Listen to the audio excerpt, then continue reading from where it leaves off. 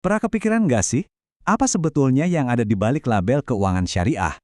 Nah, kali ini kita akan kupas tuntas gimana sistem ini berevolusi jauh melampaui aturan-aturan yang mungkin udah kita kenal. Coba deh pejamkan mata sebentar. Kalau saya bilang keuangan syariah, gambar apa yang langsung muncul di kepala Anda? Kemungkinan besar ada satu hal yang paling dominan. Dan, tebakan saya sih, kebanyakan dari kita mikirin hal yang sama. Yap, larangan riba atau bunga itu memang pilar utamanya. Tapi, itu baru halaman pertama dari sebuah buku yang ternyata jauh lebih tebal. Nah, ini dia yang bikin ceritanya jadi seru banget. Ternyata, sistem ini sekarang lagi ngebut berinovasi, menggabungkan prinsip-prinsip lamanya dengan teknologi super canggih dan isu-isu keberlanjutan global. Oke, jadi kita bakal lihat bareng-bareng gimana sih transformasinya. Dari yang tadinya cuma seperangkat aturan, jadi sebuah ekosistem yang dinamis, modern, dan relevan banget sama zaman sekarang. Oke, pertama-tama kita harus ngerti dulu dasarnya. Apa sih yang bikin keuangan syariah itu beda banget dari sistem konvensional di level yang paling fundamental? Kuncinya tuh di sini. Keuangan konvensional itu seringkali ibarat kita menyewakan uang buat dapat bunga. Nah, kalau di keuangan syariah, setiap transaksi itu harus ada backingnya, harus ada sesuatu yang nyata. Entah itu aset, proyek, atau jasa. Jadi untungnya bukan dari menjamin duit, tapi dari bagi hasil dan risiko atas sebuah usaha yang produktif. Kita ambil contoh yang paling sering kita dengar ya, sukuk. Jangan bayangin ini sebagai surat utang biasa. Sukuk itu lebih mirip akta kepemilikan. Jadi waktu Anda beli sukuk, Anda itu sebenarnya lagi beli sebagian kecil dari aset beneran. Bisa gedung perkantoran, proyek panel surya, atau bahkan armada pesawat. Jadi gimana cara kerjanya? Gini deh, bayangin ya. Pertama, ada aset nyata yang dipilih. Katakanlah sebuah gedung.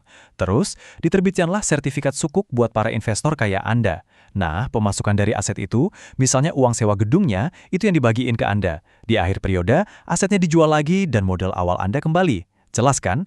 Untungnya datang dari kinerja aset, bukan dari bunga. Ya, namanya juga zaman ya.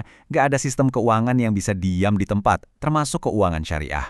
Dunia bergerak cepat dan adaptasi jadi kunci buat tetap relevan.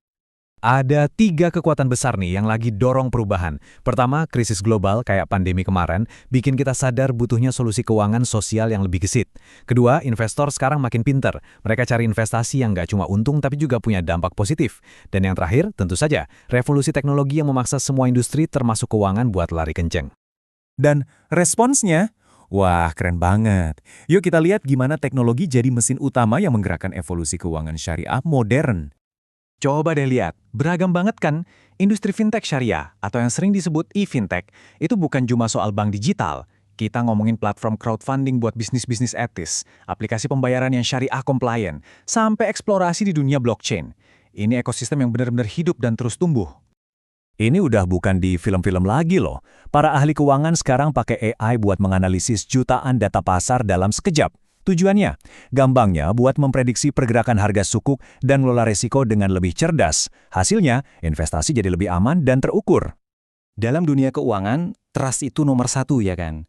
Nah, blockchain ini menawarkan solusi yang kuat banget. Teknologi ini bisa menciptakan jejak digital yang nggak bisa diutak-atik untuk setiap transaksi. Ini bisa memastikan kalau akad atau kontrak pintar syariah dijalankan persis seperti kesepakatan secara otomatis dan super transparan. Nah, ini salah satu contoh paling keren gimana teknologi bisa memperkuat dampak sosial. Bayangin ada platform AI yang bisa baca ribuan permohonan bantuan, lalu mengidentifikasi mana yang paling butuh, dan langsung menyalurkan dana zakat ke sana. Bantuan jadi sampai ke orang yang tepat, lebih cepat, dan lebih akurat dari sebelumnya. Kutipan dari Bill Borden di Microsoft ini pas banget. Intinya satu, di zaman sekarang, data itu raja. Dengan mengadopsi teknologi, lembaga keuangan syariah bukan cuma ikut-ikutan tren, tapi mereka lagi menyiapkan diri secara strategis buat menang di masa depan. Oke, dari teknologi sekarang kita geser dikit, ngomongin soal dampak. Gimana sih prinsip-prinsip kuno ini bisa nyambung sama gerakan global menuju masa depan yang lebih hijau dan berkelanjutan? Pasti udah nggak asing lagi kan sama 17 logo ini? Ini adalah tujuan pembangunan berkelanjutan atau SDGs dari PBB.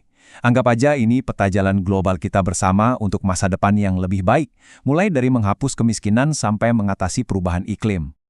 Nah, disinilah ketemunya. Keren banget. Instrumen keuangan syariah itu ternyata secara alami sejalan sama banyak tujuan SDGs. Contohnya, sukuk hijau itu langsung mendanai proyek energi terbarukan.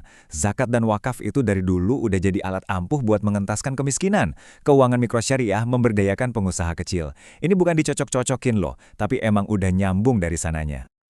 Biar lebih kebayang, kita lihat langsung contoh nyata dari Indonesia. Ada program namanya Sukuk Wakaf Tunai. Gampangnya gini, wakaf itu kan aset yang disumbangin buat umum. Nah, di sini hasilnya diinvestasiin lagi buat bantu masyarakat. Dan hasilnya? Wow, seperti yang kelihatan di grafik ini, penerima manfaatnya mengalami peningkatan inklusi keuangan lebih dari 26% hanya dalam setahun. Ini dampak nyata yang bisa dirasakan langsung. Oke, kita udah lihat evolusinya yang keren banget. Terus, ke depannya gimana? Seperti apa sih masa depan dari sistem keuangan yang etis ini? Peluangnya jelas gede banget, apalagi sekarang makin banyak orang yang cari investasi yang punya makna. Tapi, tantangannya juga ada dan gak gampang.